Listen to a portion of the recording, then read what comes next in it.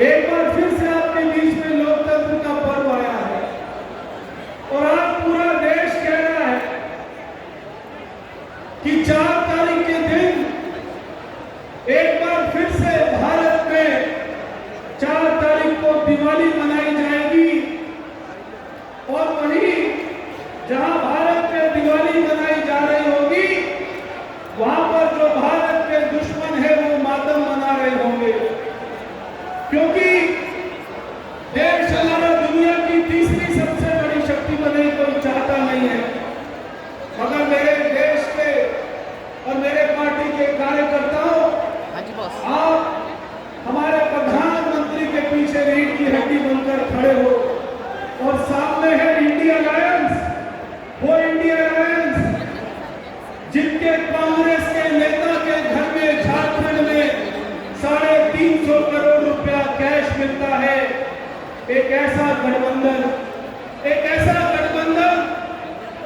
जिनके टीएमसी के नेता के घर में 51 करोड़ रुपया कैश मिलता है। एक ऐसा गठबंधन जिनका डीएमके का स्टालिन कहता है कि सनातन धर्म कोई डेंगू मलेरिया से कम नहीं है। एक ऐसा गठबंधन जहां पे लालू यादव चारा घोटाला करता है। एक ऐसा गठबंधन जहां पर ये तेलंगाना की टीआरएस पार्टी की नेता तिहाड़ जेल में बंद है। एक ऐसा गठबंधन जो पार्टी निर्भया कांड से, निर्भया आंदोलन से उभरी, आज उस पार्टी की जो महिला नेता है उसको मारा जाता है केजरीवाल के घर में, मुख्यमंत्री के घर में।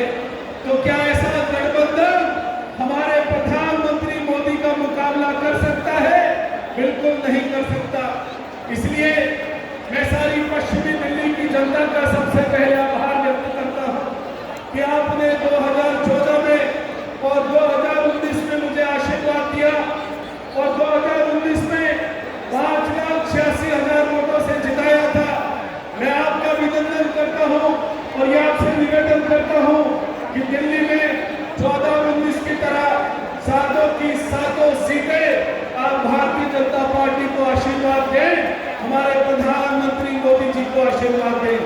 इसी निवेदन के साथ आपका बहुत बहुत धन्यवाद। अपनी नई दिल्ली की सांसद मीनाक्षी दीदी से अनुरोध करती हूँ कि वो आए, वो भी अपनी बात करें।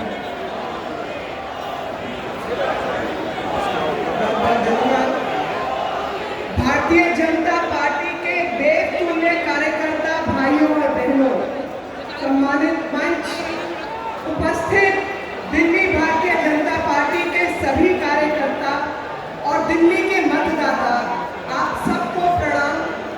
सबसे पहले तो हमें ये देखना है कि हमारा लक्ष्य क्या है और उस लक्ष्य की प्राप्ति के लिए संकल्प से सिद्धि तक का रास्ता अब तक हमने कैसे पूरा किया है। संकल्प हमारा विकसित राष्ट्र हो और संकल्प से सिद्धि तक का रास्ता पिछले 10 सालों में जो मोदी सरकार ने काम किया है वो पूरा देश ही नहीं बल्कि दुनिया अचंभित होकर देख रही है। दुनिया देख रही है कि चाहे वो एयरपोर्ट बनाने का काम हो, चाहे वो सड़कें बनाने का काम हो, चाहे वो आयुष्मान भारत को लागू करने का काम हो, चाहे महिलाओं को उज्ज्वला योजना से गैस देने का काम हो, चाहे 80 करोड़ देशवासियों को मुफ्त राशन देने का काम हो,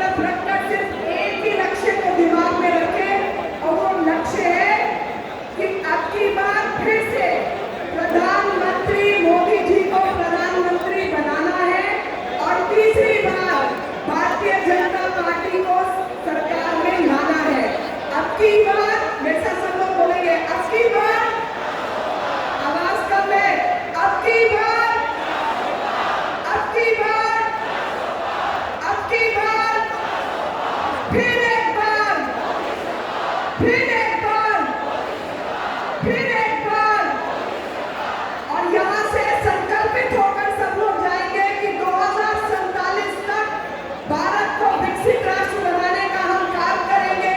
2014 में भारत चरमराती हुई अपग्रेड करने वाली बॉटम 5 अर्थव्यवस्थाओं में से एक था। 11 नंबर था, लेकिन चरमराती हुई अर्थव्यवस्थाओं में से एक था।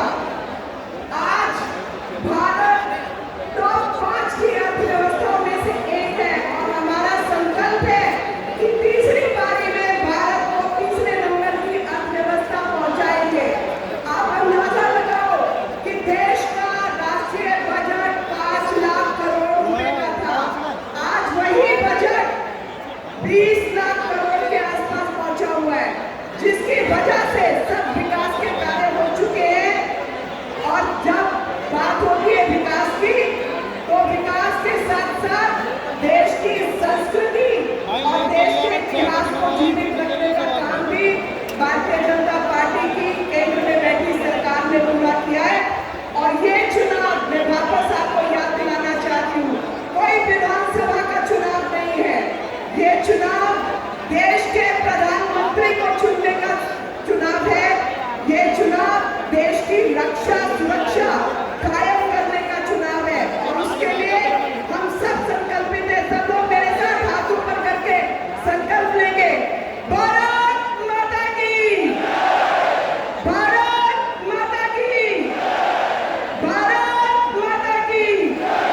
और इसी के साथ समय की मर्यादा को रखते हुए मैं अपनी बात समाप्त करती हूँ। दिल्ली की 7 सीटों पर भारतीय जनता पार्टी के कार्यकर्ता जिस प्रकार से काम कर रहे हैं, उसी निष्ठा के साथ आगे काम करेंगे और हर कैंडिडेट को जिताने का काम करेंगे, ताकि केंद्र में फिर से भारतीय जनता पार्टी की सरकार मोदी जी के नेतृत्व में बने। आप सबका बहुत बहुत आभार। जय हिंद, जय भारत। दक्षिणी दिल्ली के प्रत्याशी श्रीमान रामवीर विदुड़ी जी से अनुरोध करूंगी कि वे आए और इस विशाल जनसभा को संबोधित करें।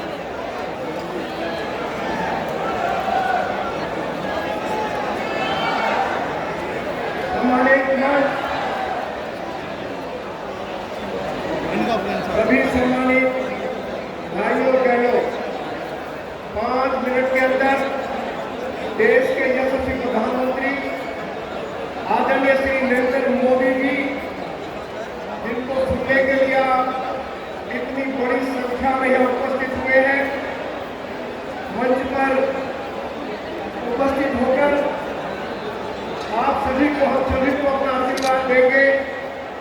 मैं 2 मिनट में अपनी बात को समाप्त करना चाहता हूँ।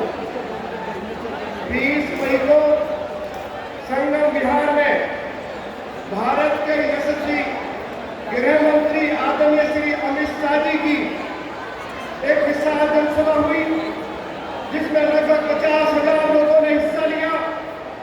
और मैं आज आभार व्यक्त करना चाहता हूँ भारत के यशस्वी प्रधानमंत्री आदरणीय श्री नरेंद्र मोदी जी के प्रति, आदरणीय श्री अमित शाह जी के प्रति, कि उन्होंने 20 तारीख को घोषणा कर दी कि दिल्ली के अंदर जिन कॉलोनियों को नियमित नहीं किया गया है, उन कॉलोनियों को नियमित करने का फैसला ले लिया गया है।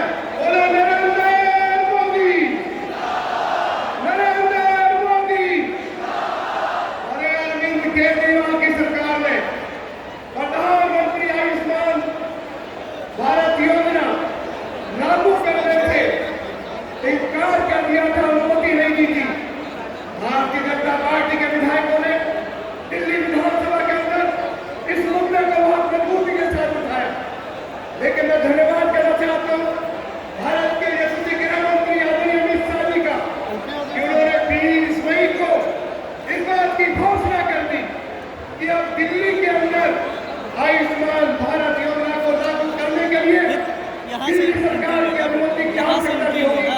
दिल्ली में जितने भी लोग हैं, यदि कोई व्यक्ति बीमार हो जाए तो 5 लाख रुपए तक का मुफ्त इलाज मोदी जी की सरकार की ओर से उपलब्ध कराया जाएगा। ये फैसला आदरणीय नरेंद्र मोदी जी के नेतृत्व में भारत के गृह मंत्री श्री अमित शाह जी ने सुनाया है।